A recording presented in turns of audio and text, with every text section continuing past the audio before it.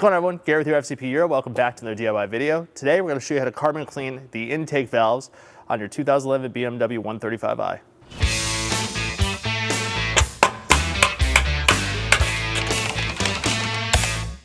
Even though we're going to be doing this on a 2011 BMW 135i, this job is going to apply to any BMW with the N55 engine. We do offer two different kits, one that includes the valve cover and one that allows you to do this job without the valve cover. If your vehicle has more than 100,000 miles on it and you're still in the original valve cover, it does make sense to pull the valve cover off and replace it at the same time because the valve cover is an emissions related component and does affect the amount of blow-by that makes it onto the back of the intake valves, which could come up. If the valve cover is relatively new, it might make sense to leave it on, especially if there's no leaks. So in that case, you're not going to be replacing this. And in our case, we're doing it the BMW approved way, which is using this feeler gauge tape to block off the ports that ventilate into the intake ports on the N55 cylinder head. And we're going to show you how to do it the BMW way, but we do have this other option if your vehicle's higher mileage. Unlike the N54 engine, which was the predecessor to the N55, the N55 does not suffer the same amount of carbon buildup on the back of the intake valves. And therefore, this is not something that's going to have to be done as often. However, if you have a vehicle that has more than 100,000 miles on it, and you are starting noticing some rough idling, perhaps some power loss, maybe some roughness that wasn't there before, it is worth taking a look and cleaning those intake valves, because any kind of blockage or any kind of buildup on those intake valves is going to interrupt the airflow into the engine, which on a direct injected car is absolutely going to cause some performance problems. So with that said, this car has well over 100,000 miles, actually 160,000 if I remember correctly. It's never been carbon cleaned. It's going to be very interesting to see what this looks like. And it is tuned with a bigger turbo on it and a whole bunch of other stuff. So it's going to be interesting to see what this one looks like. With that said, let's talk about some of the tools you're going to need to do this job, and then we can go ahead and jump right into it. A couple of the required tools for this job, if you're going to do the BMW approved way using the abrasive blaster, first and foremost, you will need an air compressor. The bigger the air compressor, the larger the shop air supply that you have, the better this is going to be, because you are going to use a lot of compressed air during this job. That said, an abrasive blaster like this is what you're going to need in order to blast the carbon out of the inlet and the intake ports on the cylinder head. Along with that, this is the special vacuum adapter from BMW that sits in the cylinder head port, shop vac attached to this back side, and then this wand right here kind of goes in this hole, and then you can angle it and clean off the back of the intake valves and clean up the whole general area. So these three tools are required if you're going to be doing it with an abrasive. Of course, if you're going to do it the manual way and scrub it out, you wouldn't need these tools, but this makes the job go by a lot faster. So this is the BMW recommendation and our recommendation. And again, these tools are available for FCP Euro. Aside from the specialty tools that we talked about in order to do the carbon cleaning on the intake valves, some of the other items that you're going to need just to simply get access to the intake valves: your typical BMW socket sizes, E14, E18 for the cross brace that goes across the valve cover. You will need that out of the way to remove a bunch of electrical connectors, etc. 8mm, 10mm, 11mm for the intake manifold nuts, and then a 22mm socket for barring the engine over by hand. You also need a torque wrench that could do torque specs as low as 8.5 Newton meters and then up to 15 Newton meters, so an inch-pound torque wrench basically. Various ratchets, 6mm hose clamp driver. I use these little pry bars a lot for undoing electrical connectors. And then I also have these pliers on hand right here. I use these for compressing double lock connectors that are sometimes in a tight space and also getting a grip on some connectors as well. Electric ratchet will also help make the job go by a little bit easier. But with that said, these are the basic tools you're going to need to do this job, along with some of the specialty ones that we already talked about. Let's go ahead and jump into it, and we'll see what we got to do to get this done. All right, so in order to do the carbon clean, you need to be able to bar the engine over by hand in order to close the intake valves. Since this 135i has the DCT transmission, we need to come underneath the car and manually put the transmission into neutral. If you have a manual transmission car, obviously you could just leave it in neutral. Or if you happen to have a car that's automatic, depending on which automatic, there's going to be different ways in which you put it into neutral. It's going to be totally vehicle dependent. In the case of this DCT transmission, we need to push up on this mechanism here, and we're neutral. It's that simple.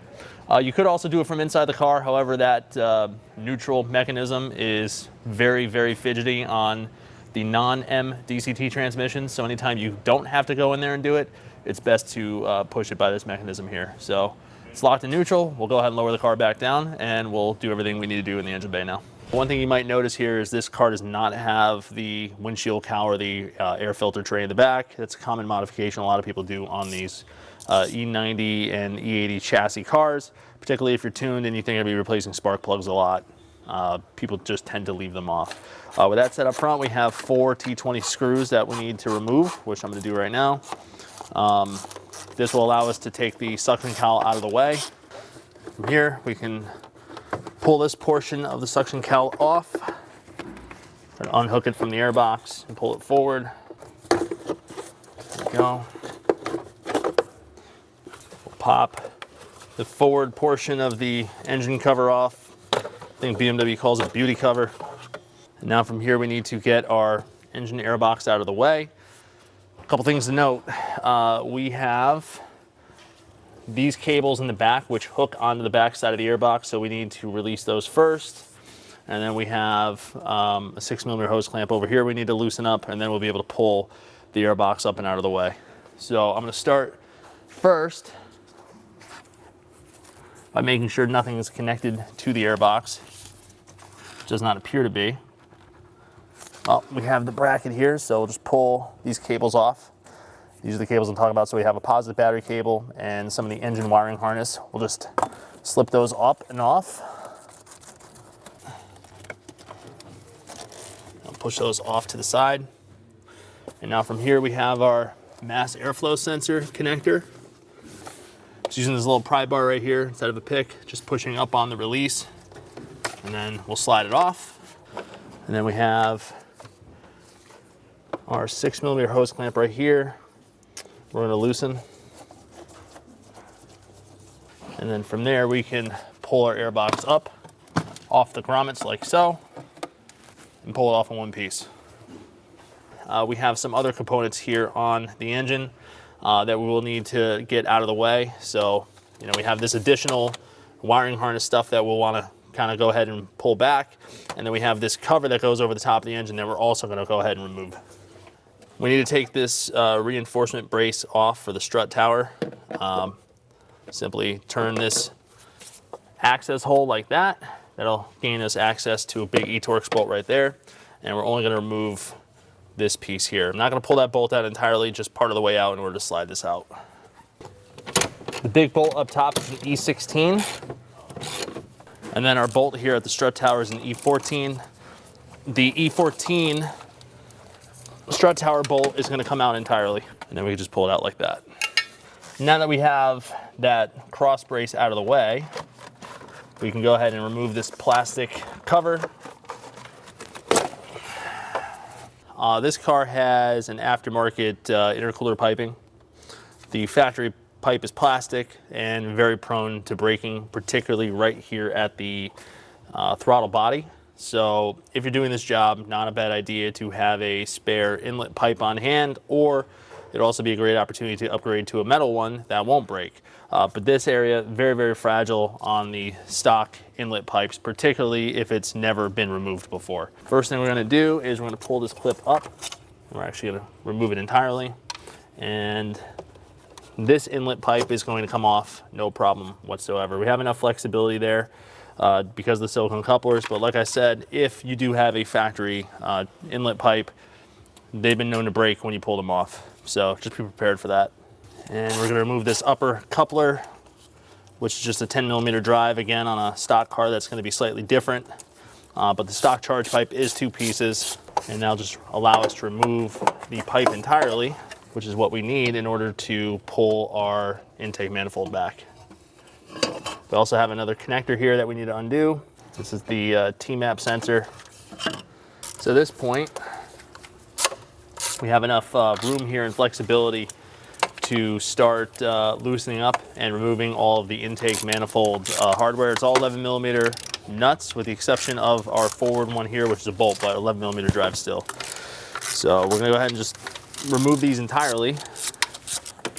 We do have another bolt, actually 2 bolts. So in this case, it's 2 bolts and 5 nuts. The vacuum line that comes over to the vacuum reservoir on our valve cover is directly in the way, which is awesome. So this is one of those quick disconnect style couplers. We need to squeeze the locking tabs, kind of rotate it, and then pull it up. These things are pretty failure prone, and they don't like to be messed with too much. So be very careful removing that connector. I like to use these hose pliers to squeeze the tabs, particularly when they're in tight spaces like this. If your N55 has a pneumatic wastegate, it is going to have this vacuum line. If it's an electronic wastegate, it will not have that vacuum line. So pneumatic versus electronic, just one extra thing to disconnect. And from there, we have enough flexibility in that line to remove the bolt. Moment of truth, we should be able to pull the intake manifold back and off the cylinder head. So we have the car back up in the air. We need to remove this splash shield from underneath the car. Clearly this is an aftermarket aluminum splash shield. Your factory plastic one can be held in with 8mm self-tapping screws pretty much exclusively. You might come across the odd 10mm. This is held in with 4mm Allens because of the fact it's aftermarket. It goes without saying that metal is heavier than plastic, so for the last handful of screws, make sure you have a good firm grip on it. The same would also go for the plastic under tray too. You don't want that coming down on you.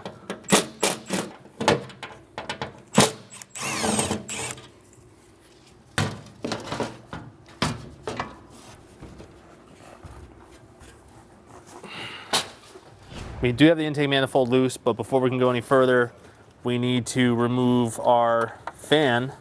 So on the CSF radiator, there's going to be a 10mm screw that secures the fan to the radiator. So we need to remove that first. On a stock car, it would be like a T25 self-tapping screw. So I'll pull this 10mm out over here. And then on the bottom, we have a T25 screw holding the transmission cooler to the fan shroud.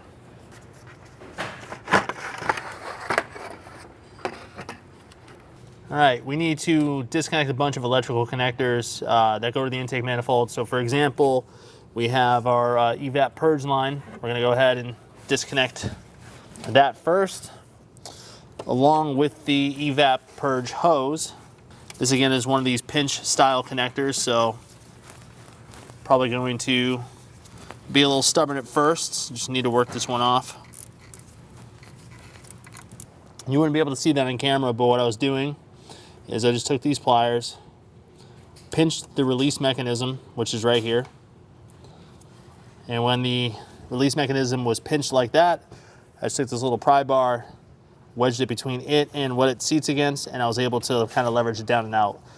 This O-ring right here, the blue thing, is what seals it, and those can be sometimes very stubborn. I found that this method is usually the easiest way to release them. We have a couple of connectors up here on the intake manifold, so we have another map sensor right here. We'll go ahead and release this one.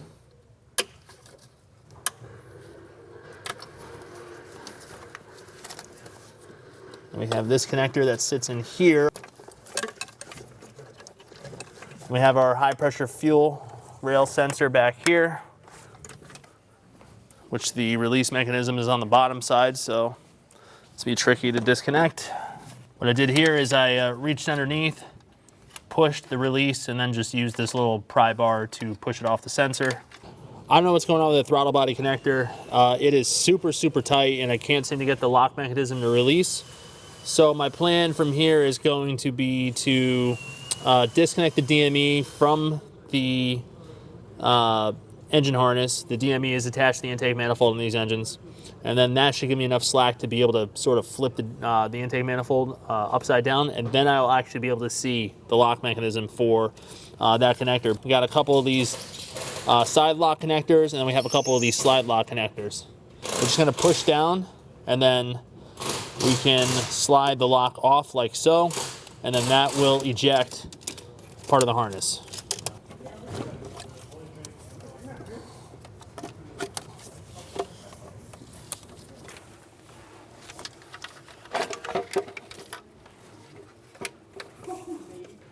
There's our vacuum supply line for the for the pneumatic wastegate, and now we do have one connector that's left over. I was having a super difficult time disconnecting, and that's for the throttle body. Normally those are not that difficult to remove. This one, for whatever reason, was being very stubborn. And now it's off. Let's go ahead and take a look at these valves. As far as we know, these have never been carbon cleaned. Got quite a bit of debris and nastiness in number one. Number two looks about the same. Number three looks pretty juicy. Number four, the valve actually looks a little bit wet. So maybe that's a little bit of a leaking valve stem seal, but I mean, you can see the carbon buildup through here all the way back to number six. So, I mean, this is not nearly as bad as what you'd see on an N54, but there's definitely enough there that would cause a interruption in intake flow and could cause a performance loss or some rough running. So looking here on the number two, you'll see this opening in the cylinder head wall. That is a vent port, and each one of these inlets has one of those vent ports that comes from the valve cover. We need to block those off. That's one major difference between the N54 and the N55. N54s did not have this additional ventilation port, and that's one extra step that we need to do in order to start cleaning these valves. So we said at the beginning of this DIY video that we were going to do this the BMW way, which is sliding a piece of feeler gauge tape between the valve cover and the cylinder head. I want to show you what that looks like and why you have to do that on the N55. The N55 engine does something called forced induction crankcase ventilation and then natural aspiration crankcase ventilation. That is a change over the N54 to reduce carbon buildup in the cylinder head. If you look here on the intake side, we have this feature on the valve cover. And if you look in the casting of the cylinder head, you'll see these channels that come down to each intake port. What we're going to do is we're going to loosen up the valve cover bolts on the intake side, starting from the front, going all the way down the side to the back. That'll allow us to slide this piece of feeler gauge tape underneath between the valve cover and the cylinder head. And that's going to block off one of those ventilation ports. So if I pop off the valve cover here, you'll see where that piece of feeler gauge tape is sitting. That feeler gauge tape is sitting directly over one of these ventilation ports. So that's a ventilation port, that's a ventilation port, that's a ventilation port, ventilation port, ventilation port, ventilation port. Didn't know I could say ventilation port 6 times without tripping myself up. But the whole point of the feeler gauge tape is to literally block every single one of these ports off. And the reason you want to do that is that when we have the vacuum adapter on here and we have the wand and we're blasting the abrasive material in here, we do not want that material working its way up into the valve cover. And you can see those ports right here. If we were to do that, we would essentially be replacing the valve cover at that point, because later on when the crankcase ventilates via the valve cover, it's going to drop all of that particulate back into the inlet, and then the engine's going to ingest it, and chances are if you have an abrasive material inside of an internal combustion engine, bad things are going to happen. So we want to make sure that doesn't happen, and this procedure allows us to leave the valve cover on, block those ports off, and prevent that from happening. But like we said at the beginning of this video, if the car has more than 100,000 miles on it and the valve cover is original, you probably want to replace the valve cover during this job anyway, which in that case, you could simply just block these ports off and then blast air back down the port to make sure none of that abrasive material is still stuck in that channel. But we know that this car has a relatively new valve cover on it, so we're going to do it the BMW way. I'm going to come down the side of the valve cover here. It's all E10 bolts. I'm just going to go ahead and loosen these a little bit.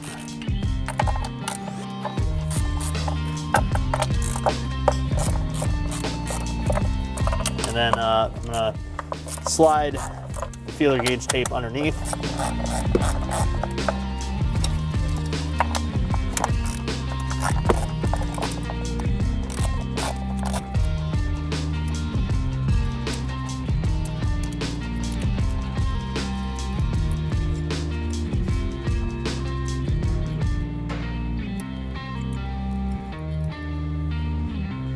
So at this point, we've blocked off all of those secondary ports with the feeler gauge tape. And now I'm going to start the walnut blasting procedure on cylinder 3, just because it's the easiest for our camera operator to see, but this is gonna be the exact same process all the way down the line. The valves are currently open, so I'm gonna rotate the engine clockwise with a 22mm socket on the crank. I'm gonna wait for those valves to close. Spark plugs are still in, so there's some resistance. And right there, the valves are closed. We have our vacuum here and the vacuum adapter. The vacuum adapter just goes onto a normal shop hose like that, and then we'll go ahead and take that and install it onto our intake port like so. Very simple, fits nice and snug. That'll allow us to go in there with the wand, which we have right here on our media blaster. And we'll kind of come in on the back side, there's a hole there, and we'll just kind of working around, move it up and down. We'll change the angle on it, and that'll allow us to get every single spot within that inlet port to clean all of that gunky material out of it. So this is cylinder 3 after the carbon cleaning. You can see all of the gunk is off the back side of the valves, also off the valve stem, and everywhere around the inlet. It's all been cleaned away. Didn't really take that much effort. Obviously, the abrasive is going to do most of that work. There will sometimes be a couple little pieces of shell around that just didn't get cleaned out. So you want to make sure that you remove all that material before you go on to the next cylinder. That is now totally clean, so now we can go ahead and move on and do the other 5. And doing the other 5 is exactly the same as what we just did on cylinder number 3. So at this point, all of the intake valves have been cleaned. I would say we used around 6 to 7 pounds of those walnut shells. We do include 10 pounds with the kit. So at this point, we'll go ahead and pull our feeler gauges out. We don't need these anymore. Did label these with some yellow tape, just as a reminder later on to pull them out. And we're gonna go ahead and tighten down those valve cover bolts again. We'll torque those to spec. So at this point, we'll go ahead and pull out the intake manifold gaskets. While these things are still very pliable and I'm sure they would reseal, it would be really unfortunate to do all this work to then, you know, have an intake manifold gasket leak or a lean fault because we didn't replace them. And these are pretty cheap anyway, so it's not really a need at this point to not replace them, so we're just gonna pop some new ones in. And now at this point, we're gonna go ahead and slide the intake manifold back in. I'm gonna leave everything loose and I'm just gonna start plugging in connectors. And then once all the connectors are plugged in, we'll be able to go ahead and torque it down to spec. Fortunately, most of these connectors, they are just going to plug in. Only on the DME connectors do we have to make sure that they're locked. Everything else, pretty much for the most part, is just going to click into place. So we're just gonna listen for the clicks, which is our indication that it has locked. All the connectors are plugged in. And at this point, we can start reinstalling our intake manifold nuts and torquing the intake manifold back to the cylinder head. All right, so at this point, I'm gonna go ahead and tighten the intake manifold down. Just gonna bottom out the nuts. Final torque will be 15 Newton meters, and they are 11 millimeter. And I'm just starting from the inside, working my way out.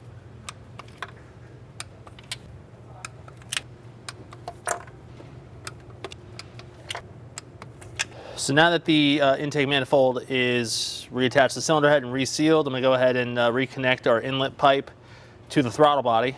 Obviously, again, this is an aftermarket charge pipe, so the installation procedure is slightly different because it has some flexibility that the factory pipe would not have. Best practice when installing any of these charge pipes, whether aftermarket or factory, is to leave the clamped connections loose first. Get everything aligned up at both the intercooler and the throttle body first.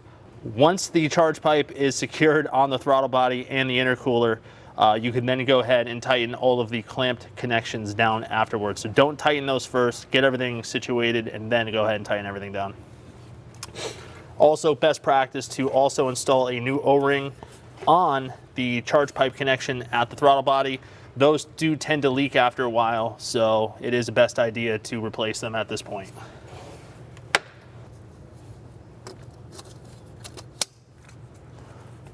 There we go, that is secure.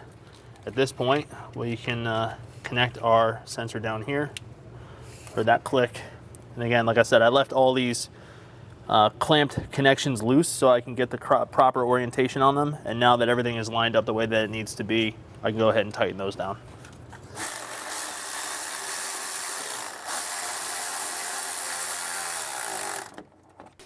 Went ahead and reinstalled the vacuum line for the wastegate actuator boost reservoir. It's only going to be on early production N55s because they eventually moved over to an electronic wastegate, but this has a pneumatic wastegate, so just need to make sure that's plugged back in, which we just did. So at this point, I'm going to go ahead and slide the fan back in. And the key on this, by the way, so because this car has the CSF intercooler and the CSF radiator, the CSF intercooler has little hooks on it for a different sized radiator fan. This one extends all the way down below the intercooler, so this has a tendency to get hung up while I'm sliding it into place. And if it does get hung up, it's always because of those little brackets down there.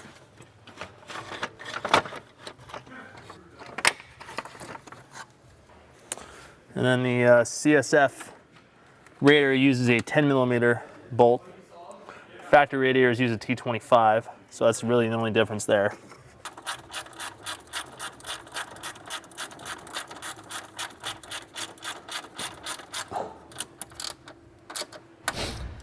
And then on your automatic transmission cars or dual clutch transmission cars, you need to resecure the trans cooler back to the fan shroud, which is held in with a T25 screw. So now we're going to go ahead and put the under tray back on. Again, this is an aftermarket tray. And it's just secured with a bunch of 4mm Allens. Your factory trays are going to be secured with a bunch of 8mm 6-points. All right, so at this point, we're ready to button up the rest of the engine. We're going to put the covers back on, put the cross brace back in, make sure the wiring is routed correctly and everything, put the air box back in, make sure all the connectors are plugged back in, and yeah, we should be good from this point forward. Next up, we'll stick the air box back in. A bunch of the wiring harness for the engine sits on this back side here, so I just want to make sure that those are re-secured before I go too much further. And then we're going to take a 6mm hose clamp driver or a flathead screwdriver or a 6mm socket, tighten down this hose clamp here. Take our strut brace, make sure it slides under the main mounting bolt here at the back of the cowl. This bolt does have a torque spec at the firewall. However, we did previously mention that bolt had been stripped out previously and we did a thread repair on it. Do not trust that to hold the torque that it needs to be. So we'll tell you what the torque is, but I'm gonna just go ahead and tighten this down by hand to prevent any further damage. And then we have a E14 over here at the strut tower.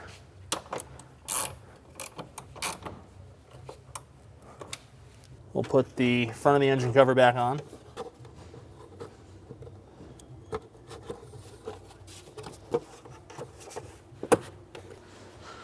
We'll reinstall the suction cowl here. This is at the front of the air box.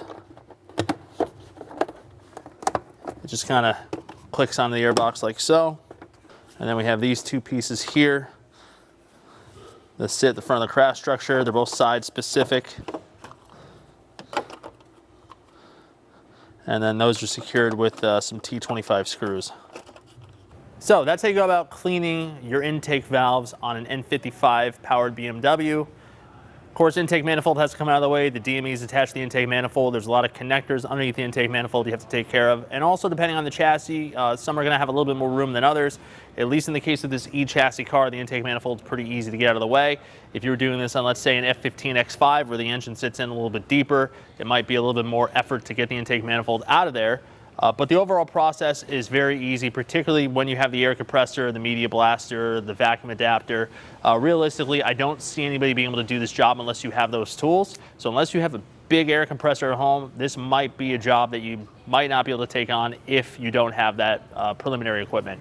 But past that, very straightforward process. Just make sure you block off those ventilation ports in the cylinder head. Make sure all of the media is cleared after you've done the job. And also make sure the valves are closed when you're blasting the intake valves on any particular cylinder. You don't want to get any of that material inside of the combustion chamber. But hope you learned a lot in this video. If you have any questions or comments, leave them in the comment box below. If you like this video, hit the like button. Also, you're going to want to hit subscribe. We have a lot of content on the way. And as always, we'll see you for the next one. Thanks for watching.